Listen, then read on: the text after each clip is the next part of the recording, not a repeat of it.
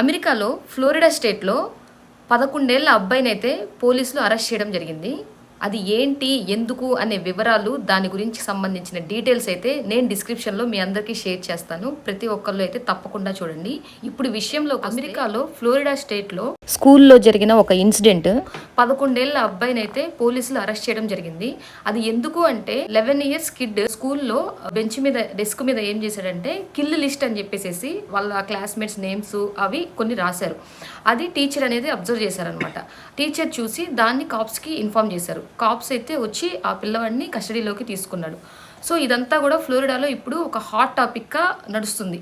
అసలు ఏంటి ఇలాగా అని అంటే 11 ఇయర్స్ అబ్బాయి మెంటల్ స్టెబిలిటీ ఎలా ఉంది ఏంటి అనేది అసలు అలా ఆలోచన రావడం. ఇప్పుడు ఇట్లా రాసిన తర్వాత అది అట్లానే ఆగిపోదు కదా.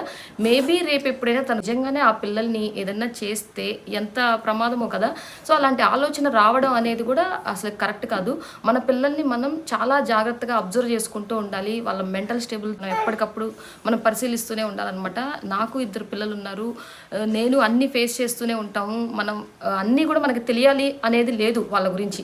కానీ కనీసమైనా మనం అసలు ఏంటి, ఏం జరుగుతుంది అనే విషయాన్ని అయితే మనం అబ్జర్వ్ చేసుకోవాలి. అందరూ జాగ్రత్తగా ఉండాలి. మన పిల్లల్ని పెంచడంలో అయినా సరే, మనం ఇక్కడ ఉండే నడవడికలో అయినా సరే, ప్రతి ఒక్కళ్ళు అన్నీ కూడా మంచిగా పాజిటివ్గా జాగ్రత్తగా చూసుకొని అందరూ బాగుండాలని అయితే నేను అనుకుంటున్నాను. ఇన్ఫర్మేషన్ని మీ అందరికీ తెలియాలి అని చెప్పేసి నేనైతే ఈ వీడియో చేస్తున్నాను.